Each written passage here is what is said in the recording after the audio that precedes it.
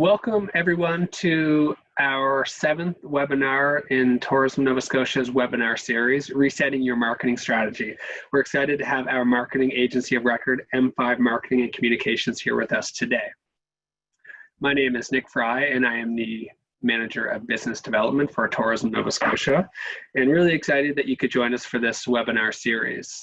COVID-19 and the related travel restrictions have had very big difficult on our industry. It's had a lot of impacts that have negatively impacted businesses. So we wanted to have a weekly webinar series where we could offer practical information that your business can use to steer your business through the crisis and prepare to welcome guests when the time is right. And as we learned yesterday, the time for many of you will be June 5th is when businesses are allowed to reopen. For those of you who are joining us today that aren't familiar, we are Tourism Nova Scotia. We market Nova Scotia as a tourism destination and lead initiatives to grow the tourism industry. Just a little bit of housekeeping. We welcome any and all questions. So if you have a question, please put it in the Q&A at the bottom. Or you can put it in the chat, anything you want. As we go throughout the webinar, we will make sure that we ask people if they have questions, and we'd love your feedback.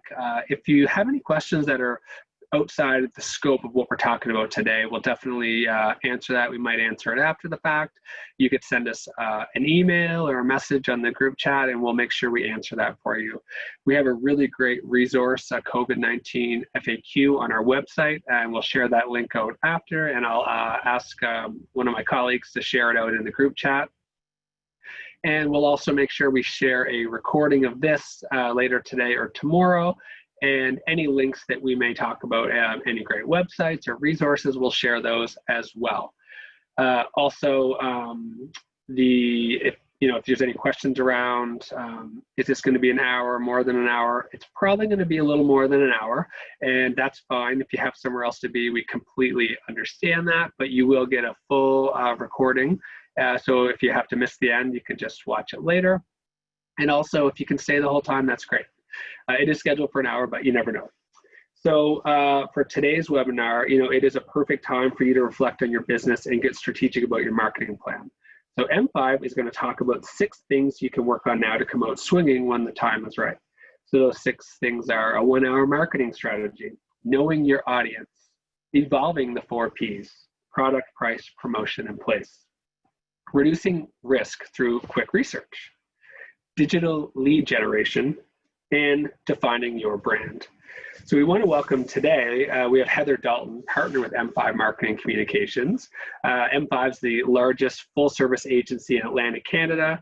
Heather oversees strategic planning, media, and technology divisions with over 20 years experience working with destination marketing organizations, attractions, and tourism-based businesses throughout the region. Heather works with the M5 roster to develop modern integrated programming that drives performance. So really excited to have Heather here today. We're going to transfer over to Heather now. Again, any questions, just send them through the chat. And Heather, thank you for joining us, and can't wait to see your presentation. Great. Hello, everyone. I'm going to share my screen. Hopefully this works. Thank you so much for joining us today. It has definitely been a complex and challenging couple of months, I'm sure, for all of you. And we've been quite busy pivoting, re-looking at how we're marketing Nova Scotia from a destination point of view. Today is not going to be about what we're doing as a province, though that is being worked on, and a lot of work is happening behind the scenes, and hopefully that will be available to share with you shortly. But today we really wanted to focus on your business and how we can kind of take this time and this opportunity to really take a step back and have a good assessment of your marketing strategy and how you're positioning your businesses today to deal with the 2020 and the current situation, and down the road to use this as an opportunity to position yourself for future growth. I love questions. And I think sometimes that's where we derive the most benefit from a setting like this. So please feel free to submit your questions, and I'll do some key check-in points with Nick throughout, and we can work to answer those questions as well.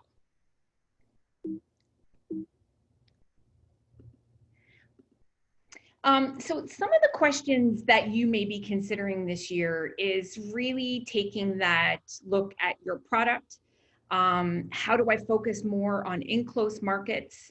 What should I be doing in terms of partnering, my pricing, creating bundles?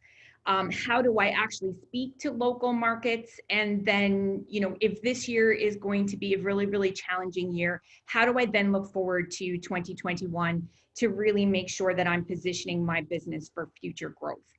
So we feel this is a great time to kind of step back and do a little bit of planning and regrouping and assessment on your end to put together a plan, not just for this year, but for the future.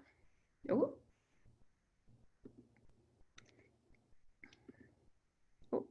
Not sure. Is that happening on your end? Okay. So what we're going to be covering is first the, as Nick mentioned, the 1 hour marketing strategy, knowing who your audience is, addressing the 4 Ps of marketing, and we'll talk a little bit about those, how you actually could be executing some research on your end as well, digital lead generation, and then lastly, having a little bit of a step back on your brand and how we build on that for the future. I love this quote. If I had 6 hours to chop down a tree, I'd spend the first 4 hours sharpening the axe.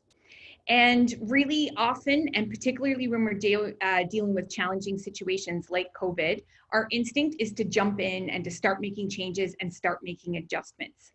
But really that strategic time of sitting down, having some good thought about your business, about the markets, and even getting it down on paper will be well spent in the long run. And really, when we look at planning and kind of taking that step back, we're focusing on finding problems, not products. So instinctively, a lot of times we go to what can we do? What's the product we can create? What are we going to offer this year? Without first stepping back to look at what are the problems or needs that we're meeting. So what do travelers need from us, and how are those needs different for enclosed markets versus external markets, and how can then I position my business, my products, my offering or attraction to deliver on those. So we have a template, and we'll share this with you after the webinar, for really creating a strategy on a page. And I find a lot of times people really feel that planning and putting together an actual marketing plan is a daunting task.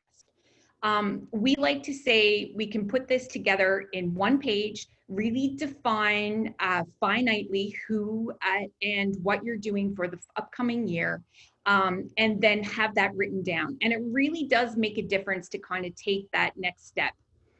The things that we look at is who the audience is, what the offering would be for that audience, how we then go to market, and what are the resources that we actually need to get it done.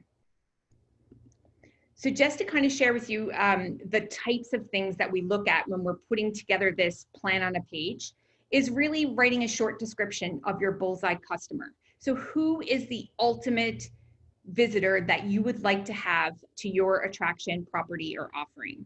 How old are they? Where do they live? Who do they live with? What do they do for a living? How much do they make? All that information that we can gather about our audience so that we have a really, really good description of who they are, so that we have a really good idea of what they want. And then really trying to get to that essence of what that need is that we're fulfilling. This year, that's actually going to be a little bit different. We're going to be fulfilling the need potentially for a market that we might not have focused on in the past. So really making sure that we understand what that audience wants and what they need, and how that's different from what our other typical external audiences may have had in the past. We then need to line up with what do we have, and this is where we start to look at our product. So do we have the ability to meet those needs and expectations without pivoting a lot? Or is this something that we really need to work on this year to adjust our product for 2021 and then can go back to our normal offering into the future? And then what else could we have? This may be a really good opportunity for us to launch a new offering, build new partnerships, bundle together some of our products, and actually position us better for the future. Really, really important with COVID is going to be this discussion around place and how we actually deliver on the offerings that we have. How much are we going to charge is going to be a challenge when we look at the requirements around meeting public health requirements moving forward, the number of people that we're allowed to have, the limitations that are going to be placed, and as well, how is it going to be sold? So looking at things that we may do differently this year than we've done in the past. So maybe we typically do a really great lunchtime experience that we may now need to pivot and have that sold as a lunchtime experience plus a takeaway picnic type experience that be combined with a hike or another type of activity. How will they know about it? Really looking at the mediums and messages, and that's specifically speaking to promotion. And I have a little bit later how our Atlantic Canadian marketplace lines up in terms of their media offering and spend. And then really, really important in the tourism space is how they're going to feel after they've experienced it. Because we do find today that word of mouth, what people are sharing through reviews and social media has a really big impact on our audience. This is particularly going to be important in terms of enclosed markets because a lot of people will be connected and they'll be sharing their experiences in close, and we'll have a lot of eyes on those types of experiences. So we're going to want to make sure that we understand how people are going to experience our product and the types of things that they're going to say about us, and plan for the fact that that could be widely shared. And then lastly, what do we need to make this happen? And this is really the nuts and bolts of human resources, training for staff, financial materials, our digital, do we have our Instagram channels aligned, our audiences, in close market that we know we're going to be targeting for this year? How do we align that with the changes that we're going to make? And then lastly, a bit of a timeline in terms of developing it. So we know that June 5th is quickly approaching. So really making sure that we have a really good plan if we're going to pivot this year, for example, and move to a later season offering that may be September or October, what's going to be the timelines around creating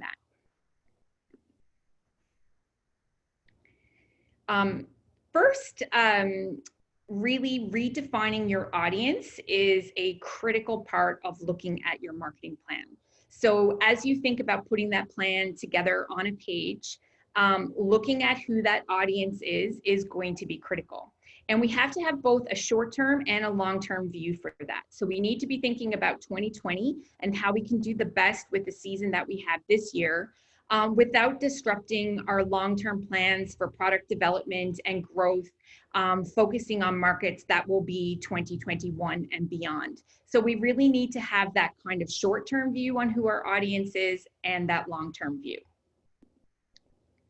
So if we look at exit survey data that exists for Nova Scotia today, and this is in the past, we actually see that Atlantic Canadians really do form a large part of the travelers that come into Nova Scotia.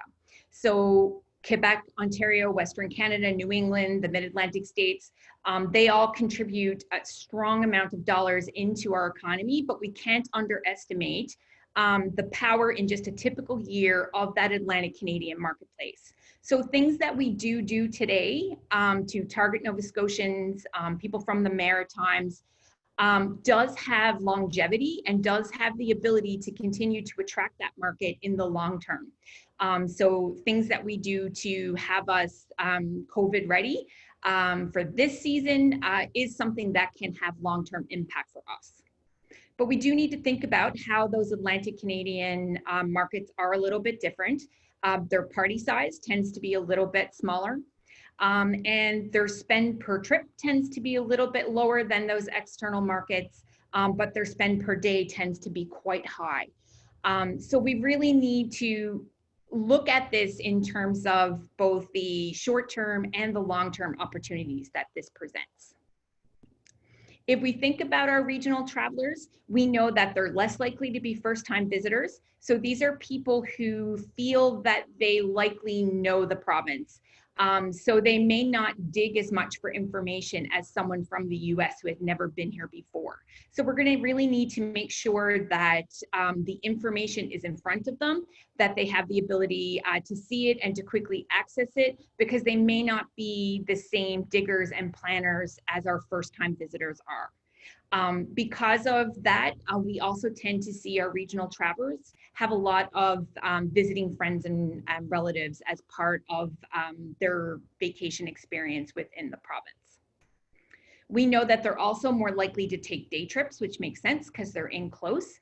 And we really can't underestimate the economic value of those day trips. So there is a lot of dollars to be gained in Nova Scotians taking day trips within the province. So we may not necessarily be thinking about positioning our product as part of a larger vacation, but really how they can experience it as a day trip or a short stay type activity.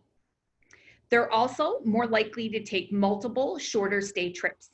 So we know that they may only come for a couple of days and be in smaller travel parties, but they're also more likely to do this weekend and maybe do a weekend next month and then do a weekend the fall and maybe do one in November.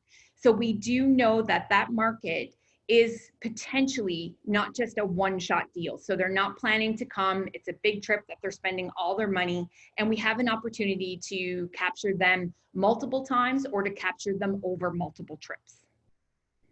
We also know that they're more likely to travel outside of peak season. So while our external visitors largely come within that July, August, September timeframe, we do know that our regional travelers are more likely to be open to traveling outside of the peak season. So there could potentially be an opportunity, if it's viable for us to be open during that period of time, to capture them at different points than we would typically for external markets.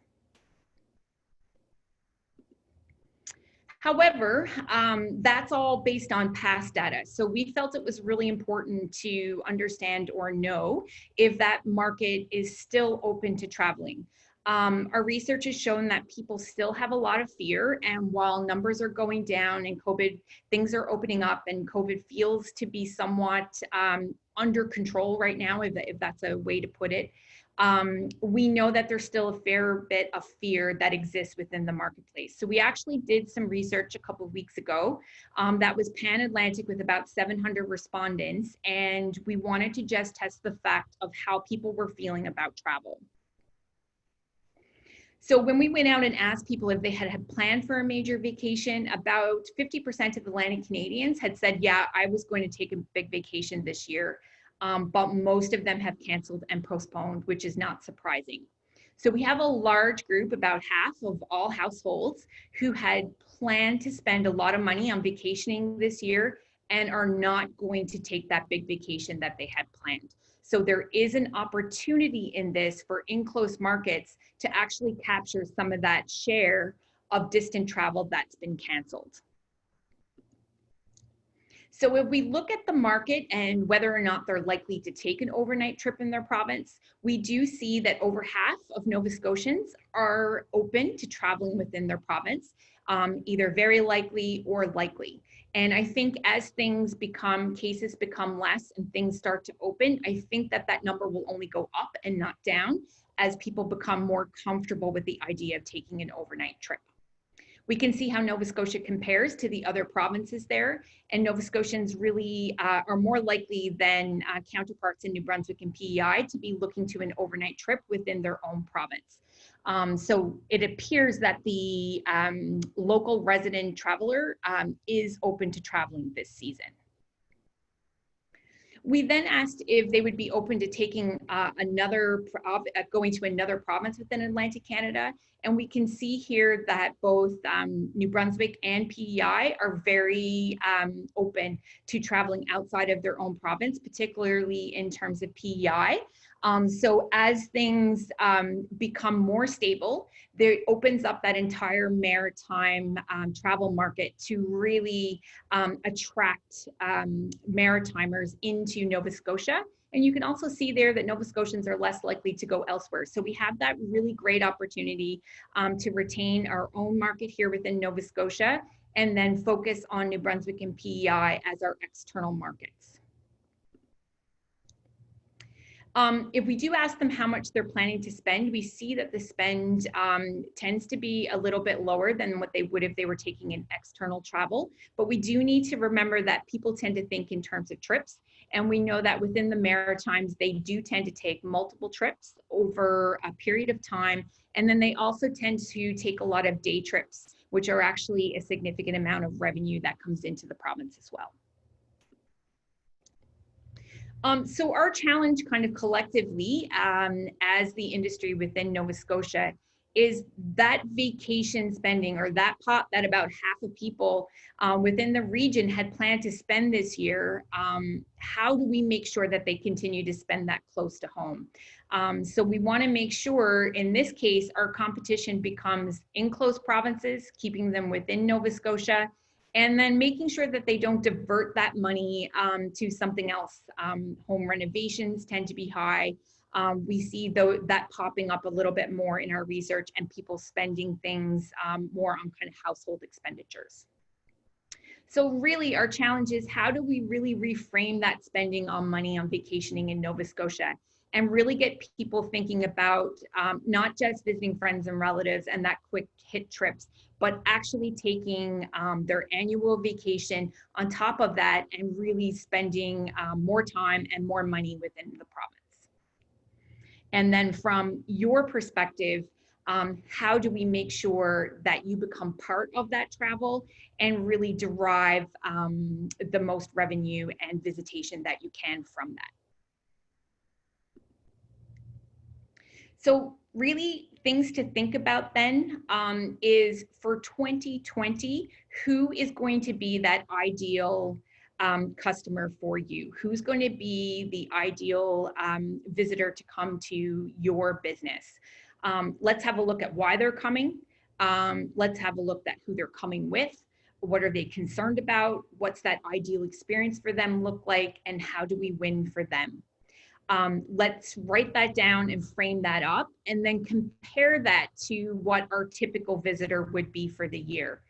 If you're a business or an entity that largely has a fair chunk of regional travel, that might line up quite well for 2020 and then position you into 2021. If you're someone who most of your business comes from external markets, this may be an adjustment for you for next year.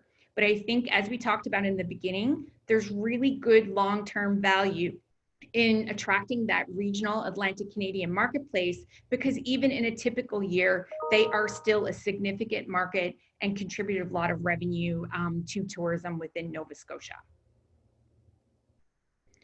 I'm going to take a quick break there just to see if we've had any questions come in on kind of the first two sections before I talk about the 4 Ps. Can you hear me, Heather? Yes. Okay, perfect. So if anybody on the call, there's about 85 attendees. Okay. So if anybody has any questions, just now is a good opportunity to throw them over. I think it's really great that you shared kind of an approachable marketing strategy that they can kind of take an hour and sit down or really start to jump into. So that'll be really helpful, and we'll share the link out to that after. And I think that the Pan-Atlantic research is very positive. We don't have any Q&As yet, so anybody? All right, well, we can move on. And if anything pops up, I will just pop into your ear and ask you the question. Great. And I think there's two key pieces of information in that data. Number one is that it appears that Atlantic Canadians will move this year. And I think that that number will only get better as people start to feel more comfortable and they feel confident that more things are going to open up. And then secondly, that is a significant market in a regular year. So I don't think that there is any harm or detraction in really looking at how you can track that marketplace for the long term, because there is a significant amount of value within that market as well. Perfect. We do have one question from Brennan Fitzgerald. Has the research identified where respondents of each province have indicated they are most likely to visit? New Brunswick, Nova Scotia, PEI? Yeah, no, it has not. However, we are currently doing some regional research that's looking to dig deeper into that, to look at where those markets are potentially going to go and the types of products and experiences that they're going to be looking for this year, and if that typically is different. So we do know, for example, that the regional market travels frequently for festivals and events. They travel for very specific activities that they're looking to take place in. Given the public health guidelines around gatherings, that looks like that will change this year. So we want to kind of get a sense of what that regional market is going to be motivated to travel for this year, and then what types of experiences is going to get someone from Prince Edward Island to consider coming to Nova Scotia within this COVID context. So we are looking at that quite heavily right now. But this piece of research was really just to look at, were people too afraid to actually go anywhere, or were they considering moving outside? That's good feedback. Would that focus be on specific regions like Yarmouth, Acadian Shore, South Shore, HRM? Like, would you delve that deep? Yes, yeah, we're actually looking at the region specifically.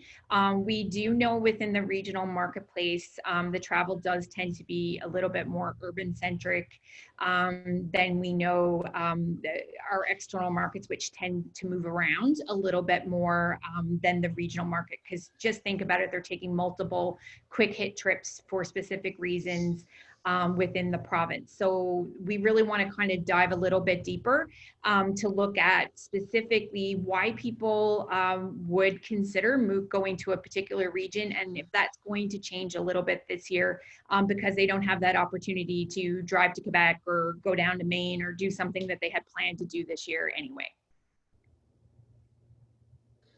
Perfect. A question here with the potential increase in New Brunswick tourists, would there be a value in offering services in French? That actually, you know, I think for the most part, New Brunswickers are largely bilingual, though in terms of the North, they do feel comfortable speaking in French, and there are pockets which are very highly Francophone. That's something I actually not really sure how comfortable or how much beneficial that would be to be able to offer them. So that's actually a great question. I think if you have the choice and you have staff that are bilingual and have the ability to offer that, I think it would be a good service offering to add in. I don't know if it would be worth a significant investment, but definitely if we're looking at customer experience and really getting those strong positive reviews, it definitely couldn't hurt.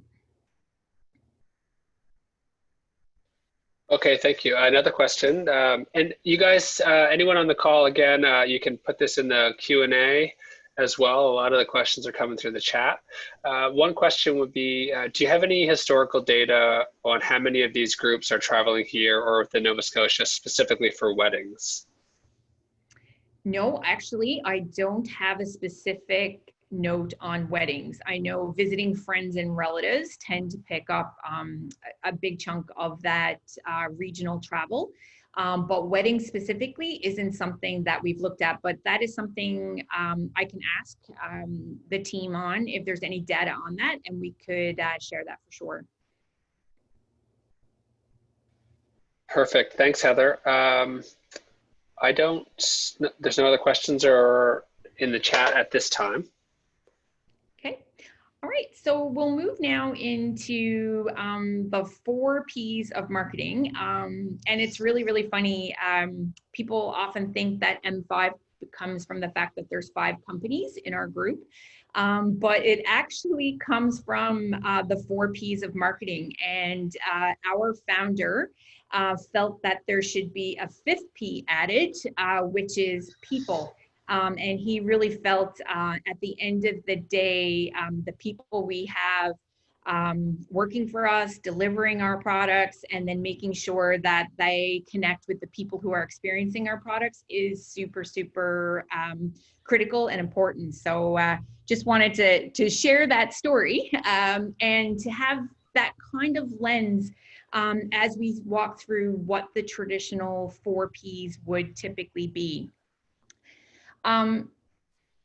First off is product. And really, when we're starting to do a 4P assessment, it's really, really important to kind of take that step back and have a view of everything that could potentially be on the table. So we really want to kind of have that 20,000-foot view and then get down into the practical nature of it. So it would kind of do that blue sky thinking around what our 4 Ps could be. And then it will always come down to resources, logistics, dollars and cents, timing of how we can do that. But going through the exercise is actually really important. And I also like to think of the 4 Ps in terms of what am I going to do now, which is even more important this year, given the COVID situation. And then what am I going to do next year and where would I like to be in the long term? I call the 4 Ps shower thinking. These are the 4 big questions that should always be in your mind and always kind of be noodling about, you know, what am I doing now? What am I doing next year? And where would I really like to be in terms of each of these areas?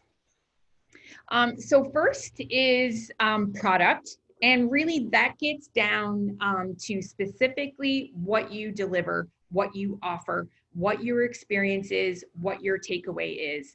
And for products, there's the really practical side of it. And I think this year for 2020 specifically, that practicality really needs to probably take a more direct forward front seat this year versus any other year. So for example, if you're an attraction that does a lot of group activities or does a lot of group tours, really need to pivot this year in terms of how can we migrate that into something that's self-guided.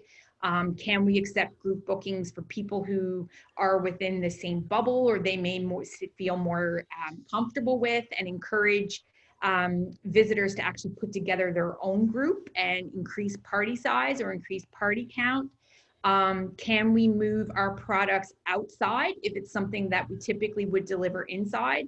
So for example, if we do a dinner theater, is there an opportunity to migrate some of that into an outside setting, maybe enhance the experience that we typically would do and adjust our product for this year? Is there a way that some of our services and products could be delivered in person, but also be delivered virtually? So is there a way that people could experience our products or our services and not maybe have to do that face-to-face, but have a virtual interaction or a virtual experience with us?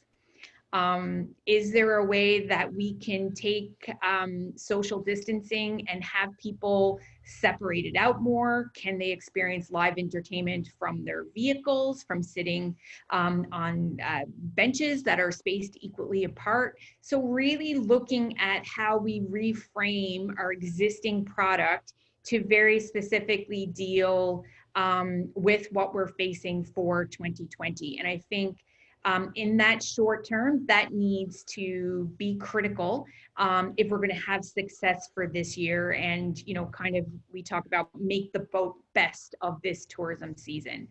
I do think though, any product pivots that we do this year should still keep that 2021 and further out product plan in mind. So ultimately, where do we want our product to go? We may have to deviate or pivot this year, but is that something that we want to do long term? Maybe this is an opportunity to test some things that actually may serve us better in the long term. Another area in the product side that you may want to think about, and this is specifically to thinking about how the regional market travels. So if you have someone from Ontario who's coming down, they're going to want to make sure that they have that full experience and that they go everywhere and they see everything that checks off their list of that they want to see within the province. Regional travelers aren't going to be thinking that same way.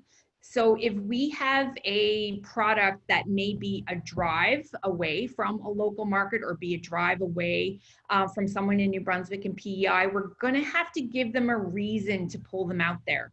So this year, more than ever, bundling or partnering with other tourism businesses that are around you to kind of really, I'm saying worth the drive, make sure that it's a full day trip that people can experience, or it's an overnight trip where they can put together 3 or 4 different experiences and really create a robust day or an overnight stay that will encourage them to do more than they had not planned. So people may not even consider that a vacation or a trip, and that may be a great Saturday or a great Saturday overnight where they put 2 or 3 things together. But knowing the way the regional market thinks, they may not think about that in that context. So we may have to put some of that together with them.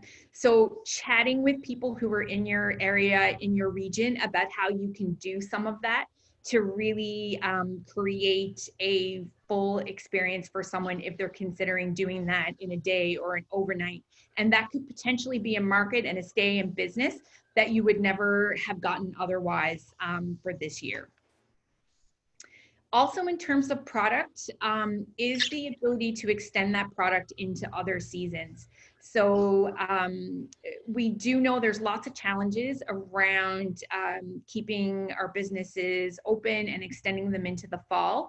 But based on your business model, there may be an opportunity to extend that and to take advantage of some potential later season travel. So anybody who would plan to do something in June may now push that out or do that a little bit later. If things stay positive in terms of COVID, they may be more likely to do that as well. So I think, it's a difficult year, need to rethink about how that product can be delivered, but I think it might give us the opportunity to test some things that may help direct that product plan for the future as well. Product then connects to price. Price as well is going to be a challenge this year. Because we do know reducing numbers, the cleaning, the spacing, all of those things that are required to keep pace with public health directives is going to cost more. And so we're going to really have to make sure that we create that perceived value. I always like to say discount as a last option and see if we can create value as much as we can. But we may need to be ready to look at not necessarily discounts, but offers and bundlings and pricing incentives that we can use to get people to buy. So for example, could we potentially do something where someone comes this weekend and then they get a code for a virtual event or something that happens at a later date? Can we add value to what they may be receiving so that we don't have to reduce the price? But understanding that that connection between product and spacing people out is really, really connected to the price and looking at how we actually price our products this year. Thirdly is place, and that really is how we distribute our product. I find that one difficult to strip away from product, and particularly when we're speaking about COVID for this year, because a lot of the ways we distribute or share or deliver our experiences is going to have to change because of the requirements. So just looking at things that we've typically done inside, if we can move them outside. Things typically that we've done in groups, can we space them out? Can we do things a little bit different in terms of our product delivery and distribution channels this year than we have in the past? And then kind of that idea of, is there ways and things that we can do online or differently to distribute our products that actually opens up a bit of a different or a new market for us?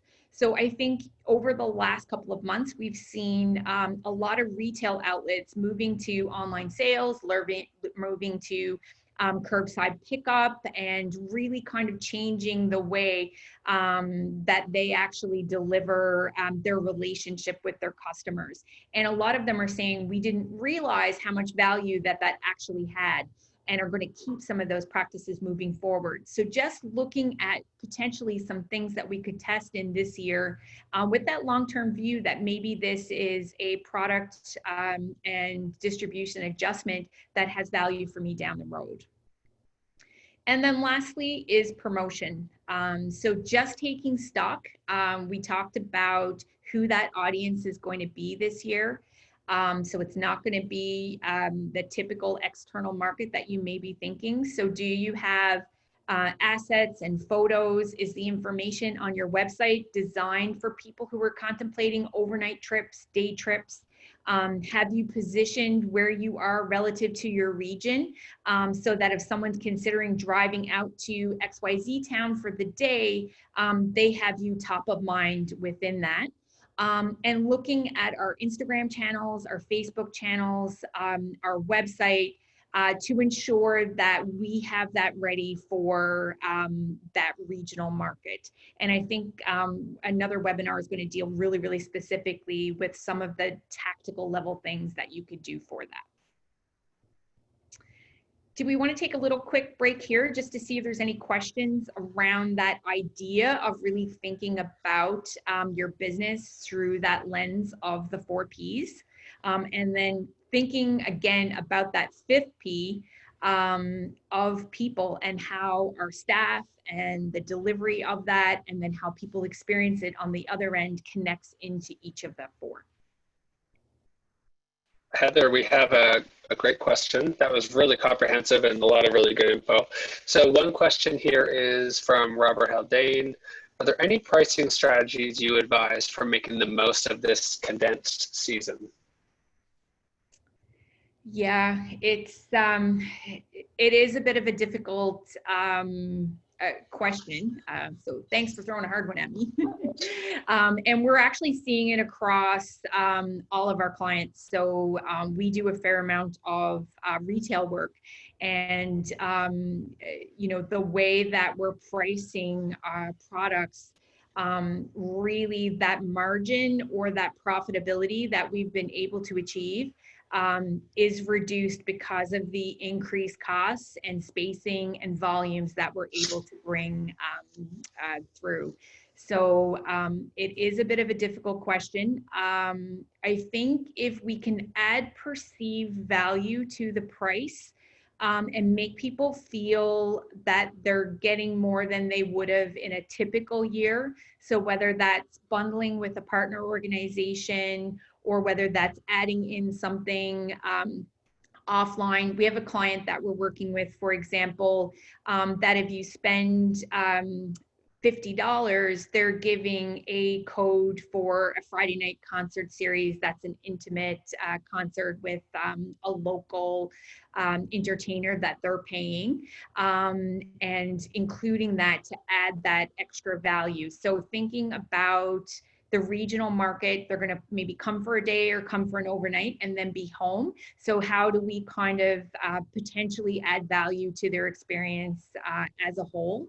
And then if there's anything you can do to encourage repeat in terms of your pricing. So for example, if you can get someone at a full price for weekend number 1, say you're a kayaking tour, and then if they come for a second weekend, then offer them the discount, because we do know that that regional market is taking multiple trips. And if you could partner with an entity so that you kind of work together, so that if you buy one, then maybe you get the other at a discount. And then if they buy one, you could get your partner at a discount and kind of work together on that. So really, you know, dollars off, cents off is a bit difficult because it kind of creates that reliance on discounting at a time in which we know it's going to be more expensive to deliver our products. So I think it's really that value add. And I know I probably didn't answer your question great, but I think that is really where the thinking needs to be. Thanks, Heather. And I know we've had other webinars where they say that, you know, the perceived value and competitive advantage will come in with just even highlighting your safety practices or your cleaning practices and just making sure that people have that level of comfort. Especially like you mentioned earlier, people had planned to travel and spend a certain amount of money. You would think that they may be able to do that within the province if you create that value and you show them that, yes, you can have a great experience here as well. Yeah. And, you know, extra nights, you know, if they do buy 2 nights, do something on the 3rd night, or, you know, any way that you can kind of increase the length of stay so that the overall spend with you for that experience or for that stay can be enhanced. Is the best way to look at it. But, you know, our early indicators are people will be a little bit value sensitive. And to your point as well, they are going to be concerned about what you're doing and if you can deliver the same level of experience given the COVID requirements.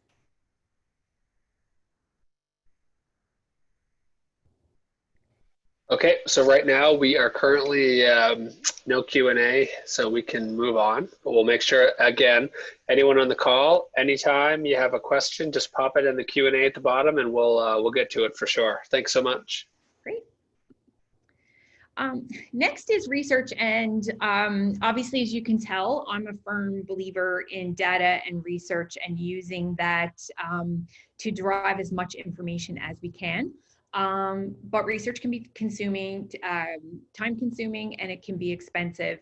So we wanted to kind of share with you some practices that you could put in place to really test some ideas, to test some thinking without having a lot of cost associated with it. And that may be something that's driven given changes that you're making for 2020, but as a practice, I think that you could use even beyond that. So love this Ogilvy quote. We all have tendency to use research as a drunken lamppost for support and not illumination. So sometimes we think about what we're doing and then we go back in and justify it with the data. But really, when we're looking at research, we should be looking for ideas and things that we haven't thought of before. And I do have to say, in my time so far working with the folks at Tourism Nova Scotia, your team there really focus on that illumination point and really digging deep and really trying to discover what the essence really is of the data. So there's a great team there working on that. So first and foremost, and maybe this goes without saying, but starting with what people have already said, where to look. So what are people saying about you? What are they saying about businesses in your region? What are they saying about similar businesses to you or competitive businesses? So if you feel that there's a comparable experience in another region or in another province, having a look at what people are saying about those experiences is a really great place to look. I like to say that there's 2 things that you're looking for here. Number 1, you're looking for themes. So what comes out over and over again, and have a look at, if the information is available, where the person came from. So try to look at those themes relative to where the visitor came. So for example, people who from the Ontario and US, when they experience this, seem to have a really great experience, but regional people tend to have this sort of issue. Or everybody has a really, really great experience across the board. But this market feels it's too far of a drive. This market feels that it's okay. So really having a look at those themes that are arriving from reviews, and not just your own reviews, but looking at competitors and again, those similar businesses, because sometimes that often gets missed. People become very intense on kind of their own, in particular, their own individual reviews. Don't focus on what this particular person said, but focus on themes that tend to add up across multiple reviews or multiple things that are said. Using that as a starting point then, diving a little bit deeper into what do your actual customers think, or what are the visitors that are coming to you, what do they think? So asking them, you know, what's your favorite thing about us? What could we improve on? What else could we offer? Do you like the idea of? Who would you love for us to partner with? What are you looking most forward to? Really kind of creating that two-way relationship to start to amass some data about very, very specifically about what your customers think. There's some simple ways that you can do that.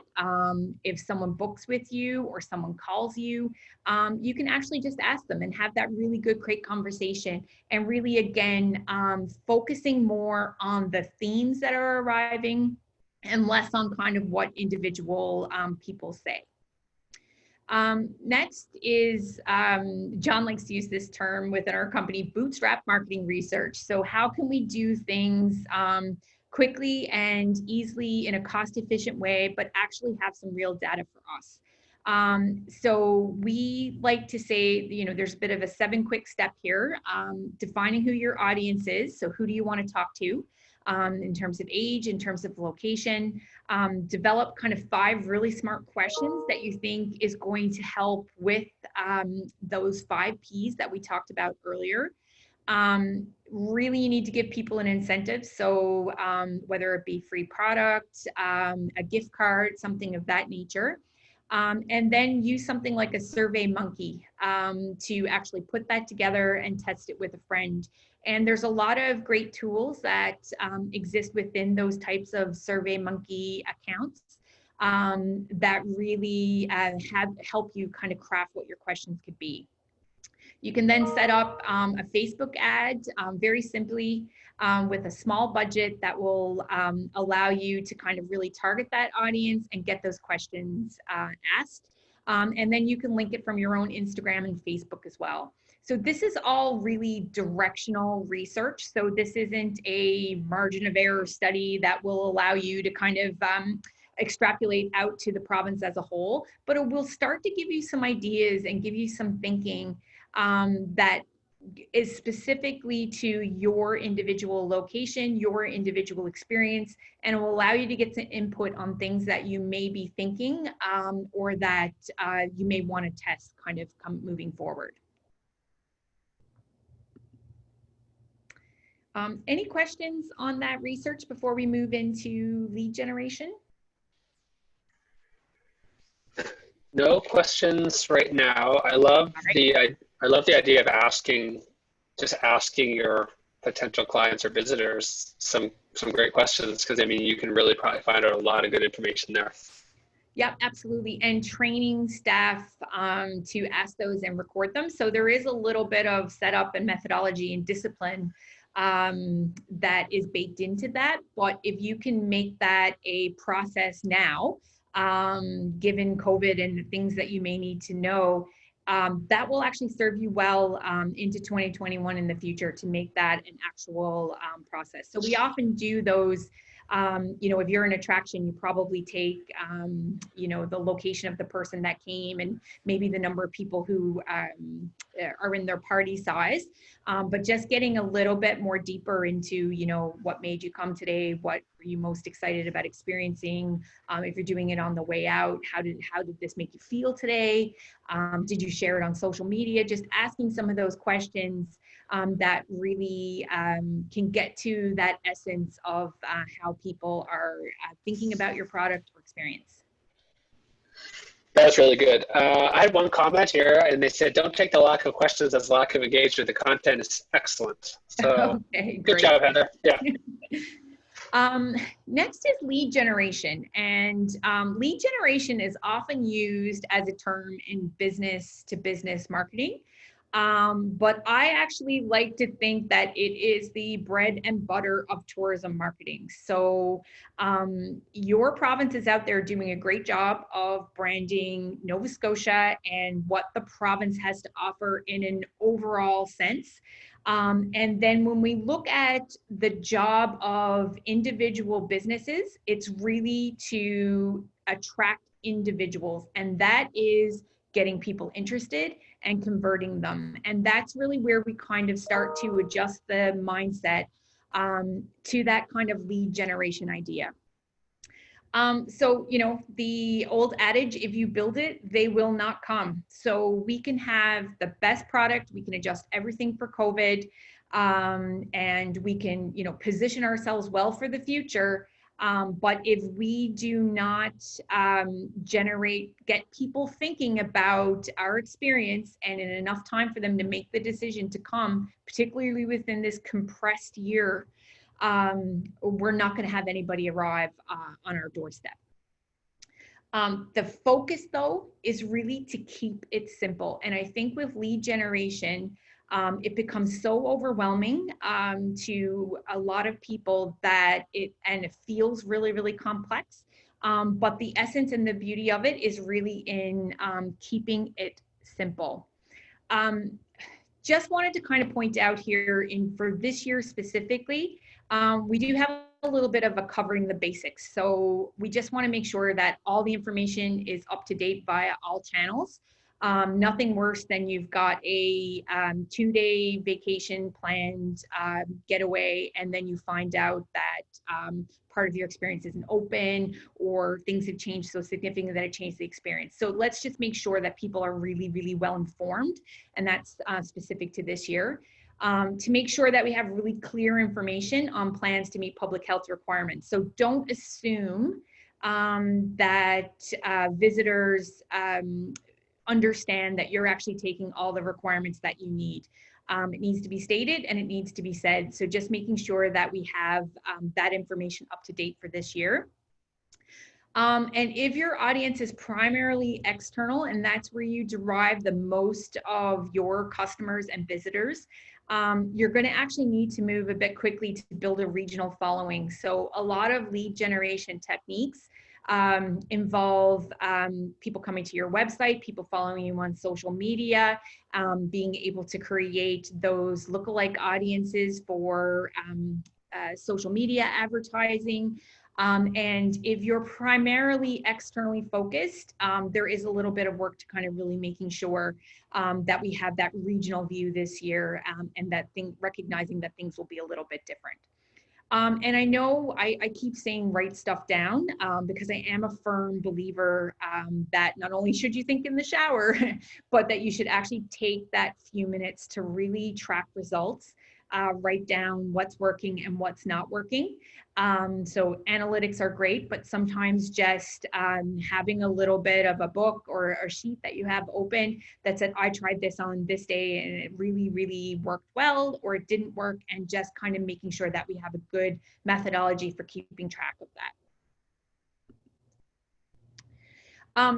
In terms of simple, there's simple in terms of execution, but there's also simple in terms of messaging. So one of the things that happens in terms of lead generation is people try to communicate all their messages at once in one message.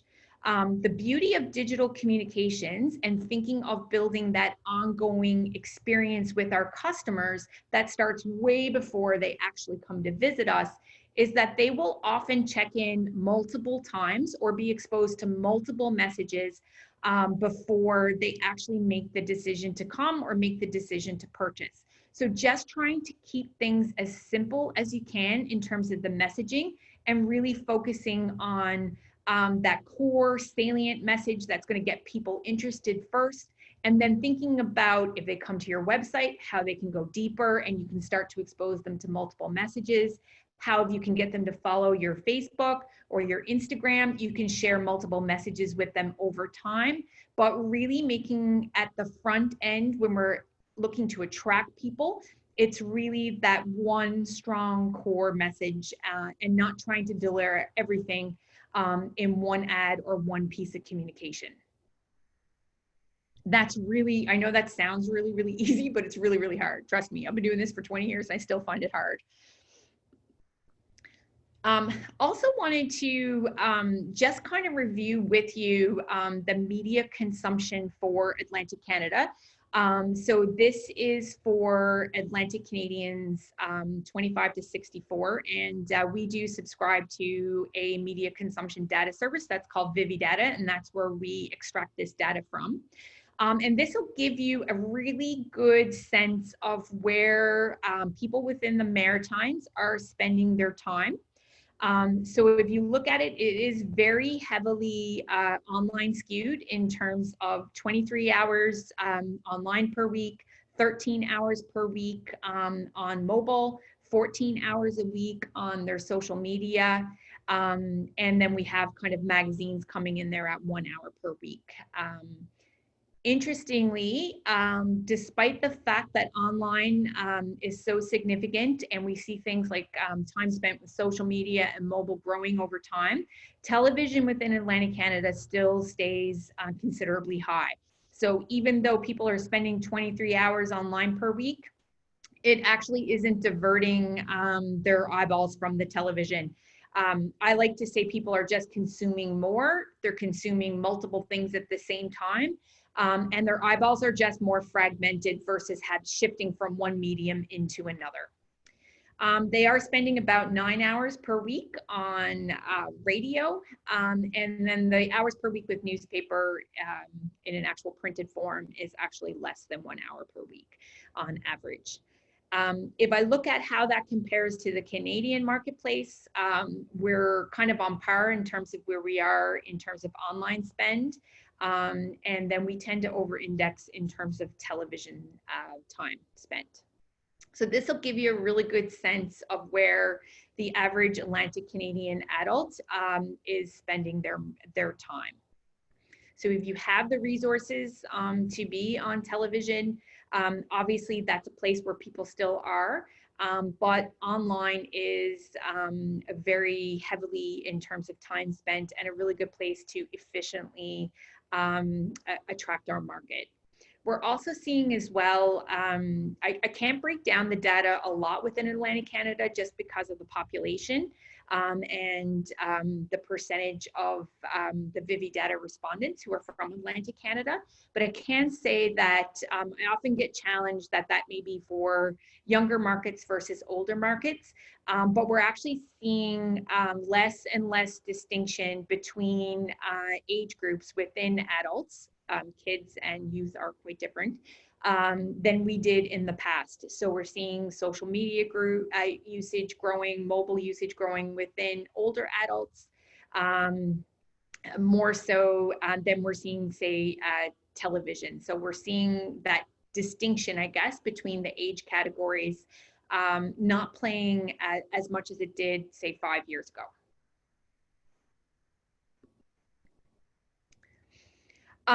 One of the methodologies that we like to use or recommend is a test and learn methodology. So every single dollar that we spend is important and needs to be maximized, and we cannot waste a cent. So at M5, that's actually one of our core philosophies, is how can we make every dollar matter for our clients. And I think as you start to look at your own businesses and your own attractions, really making every single dollar matter is really, really important. So that actually really requires kind of a test and learn. And that doesn't have to be something that is very, very labor intensive or long term. So if you are considering making 3 product changes for 2020, You can make 3 ads that kind of represent those, that have different photos, that test some things. Put a relatively small social media campaign targeted to your target audience behind it, and then see what happens over the execution. So track how that's working, and if it's working well, you can optimize then towards the messaging that's working, or towards the product or bundle or offer that you've put together. And it really gives you, which is the beauty of digital and social media today, the opportunity to do what I call a real world test of how people will respond and engage with that individual message or that idea or product. And then once you have the ability to kind of look at, you know, did that drive website traffic? Did that drive social media clicks? Or if you have the ability to determine if it contribute to dollars of sales, gross sales, net profit, that's really kind of when you get in a bit more of a sophisticated way of tracking. But really throwing it out into the ether, I guess, having some different options to test, see how that works, and make sure that you have an ability to track that, whether it be something short-term like web traffic, social media clicks, or long-term in terms of sales, and then adjust and refine from there. Any questions on that? We had one question. Oh, go ahead. Yep. Yep. So this is from Stephanie Miller-Vincent. Stephanie said, I may have missed this. What was the time frame of the media consumption study? When was it done? The Vivi data is refreshed every spring and every fall. So that data is done across Canada, and then we're able to pull it on a regional basis, and then compare that to the Canadian average, and that gets refreshed twice a year. Okay, thanks. Yeah, so it is very, very current data. I actually find over the last couple of years, it's not changing as much. So there was a significant change in time spent a number of years ago, and it was actually changing quite rapidly. I think we're on kind of a little bit of a downward trend in terms of the changes in what people are consuming. And if I was to say what we're thinking of next, and when we're building those kind of large integrated campaigns, is okay, how does that TV spend now break down into actual network television versus cable television versus on demand versus the paid platforms like Netflix and Disney? So we're starting to get a little bit more detail into how those time is spent. Radio, for example, we have our local channels, and then we have things like Spotify, and how that's kind of changing some of those landscapes within. So I feel that the time spent is kind of evened out, but the actual fragmentation within each of those buckets have gotten a little bit more complex over the last number of years in terms of how we plan from a media point of view. I will say on the lead generation, just as kind of a final note, while our external markets are not currently going to be traveling this year, we do know sometimes they have a longer time frame to actually make their decision making. So if you have a really high following from markets that are in Ontario or the US or even overseas, particularly within social media channels, or if you have direct email lists, actually doing some message to let them know that you're still thinking about them, that if they're planning their trip next year. So really not forgetting about leads that are more down the road, and building the business for the long term, while still kind of trying to manage that short-term 2020 leads to derive as much value from this tourism season as we can.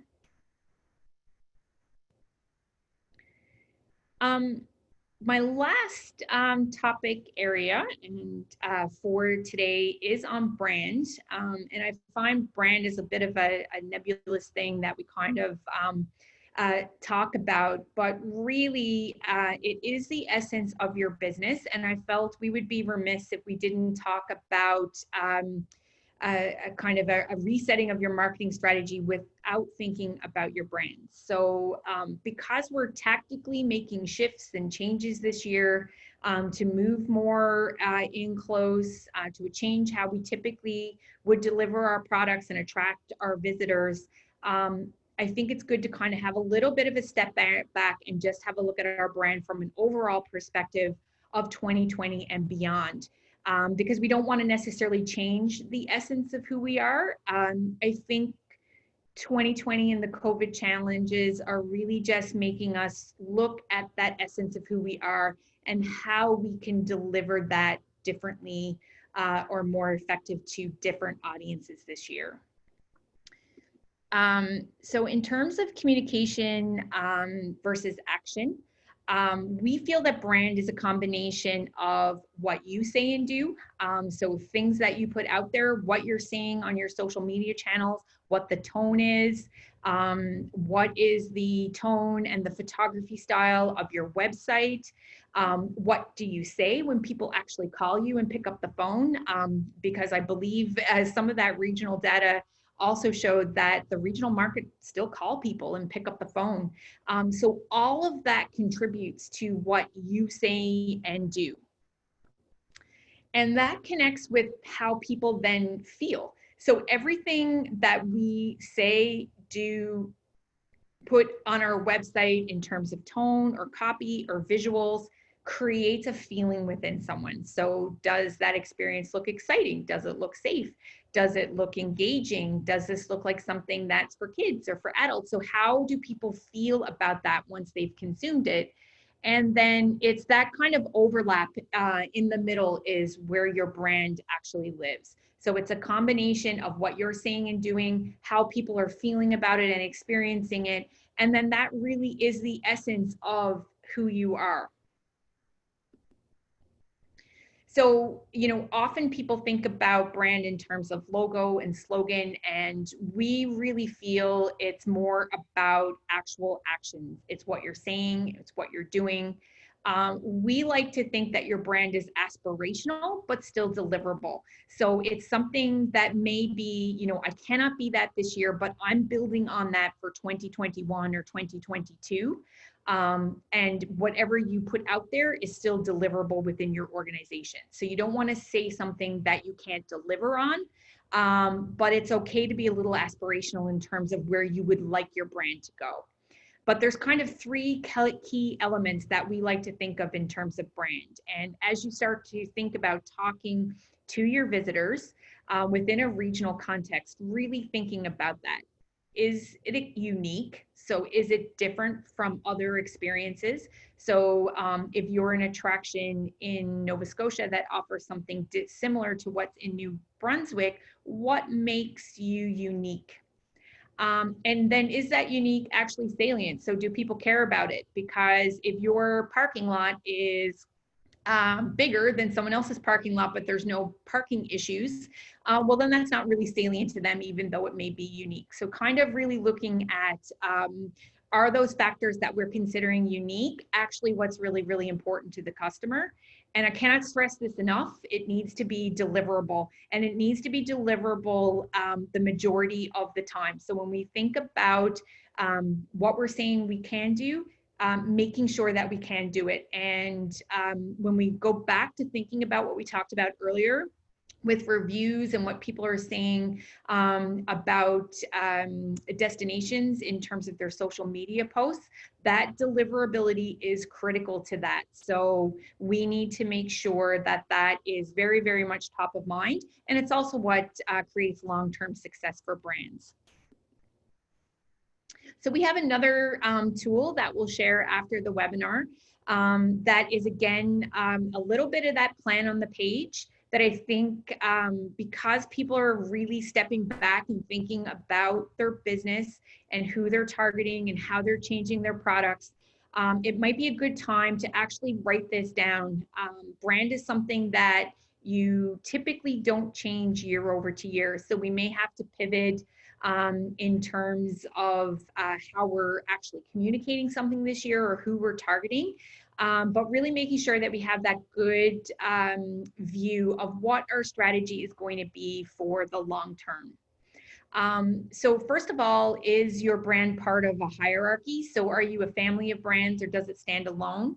So that actually applies to if you're an attraction that fits, if you're a cafe that fits under a larger attraction, or if you're a hotel that fits into a hotel chain, or you have a similar experience somewhere else that's under that kind of same parent brand. So just having a little bit of a look at where you fit in that context.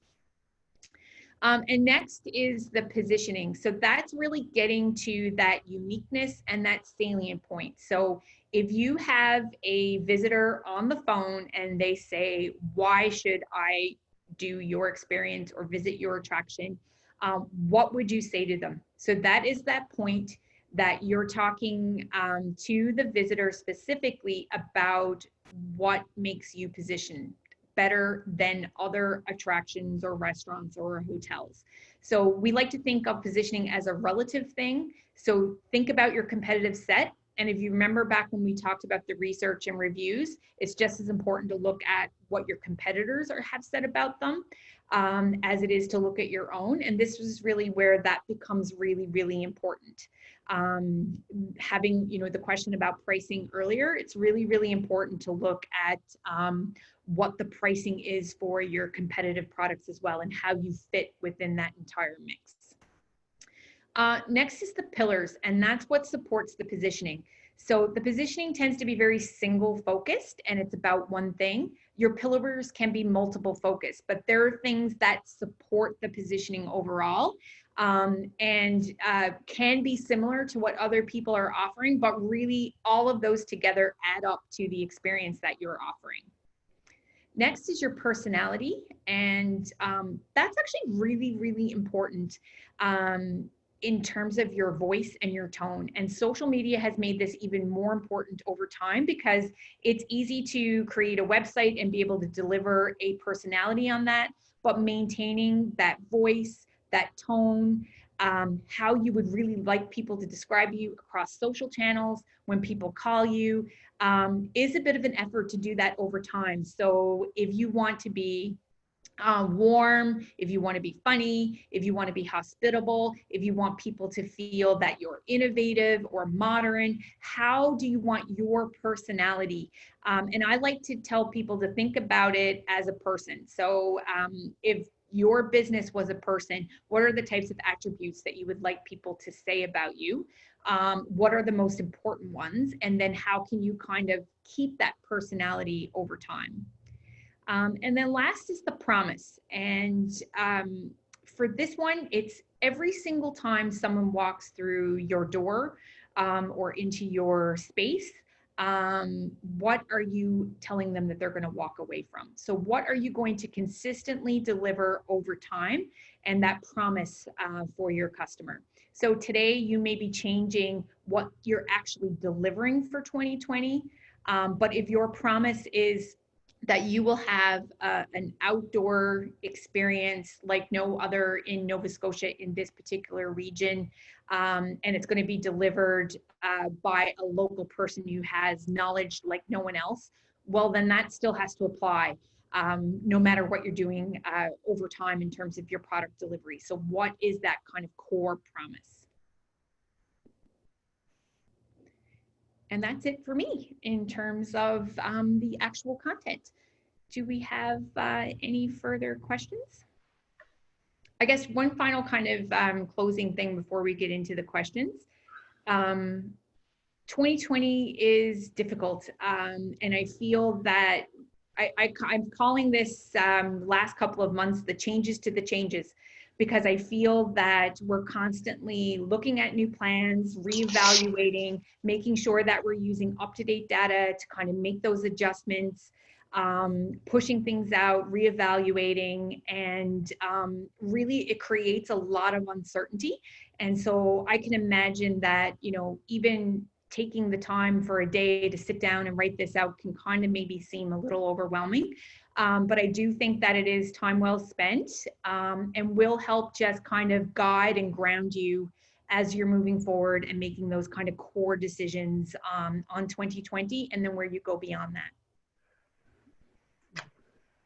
Thank you, Heather. That was such a great overview. I'm just seeing, I guess, one question, a lot of really great feedback. That was a lot of really solid information. And somebody just said, are we going to have access to the PowerPoint, or at least those 2 one-pagers? Yep, absolutely. We'll send it out when we're done. Well, that was easy. Does anybody else have any questions for Heather? And again, if there's anything that pops into your head after the fact, you can always contact Tourism Nova Scotia and we can get those answers, track them down. Yep, absolutely. So I guess that is it. I mean, we had a lot of really great feedback on, you know, just kind of like people had to duck out and they were just really excited that they were going to be able to access the webinar. They thought it was excellent. I thought all your information was completely applicable and relevant to the situation we all find ourselves in. So that's great. I'm now can going. I add one final thing? Of course. Yeah. Good luck. This is a great business to be in. I love tourism. I've worked in it every day of my 20 years here at M5. And I know it's a lot of challenges, but we will get through it. And I think that we can have a tourism season this year, just with some pivots. And I just want to kind of tell everybody that we're thinking of them and wishing them the best of luck. Perfect. Thank you, Heather.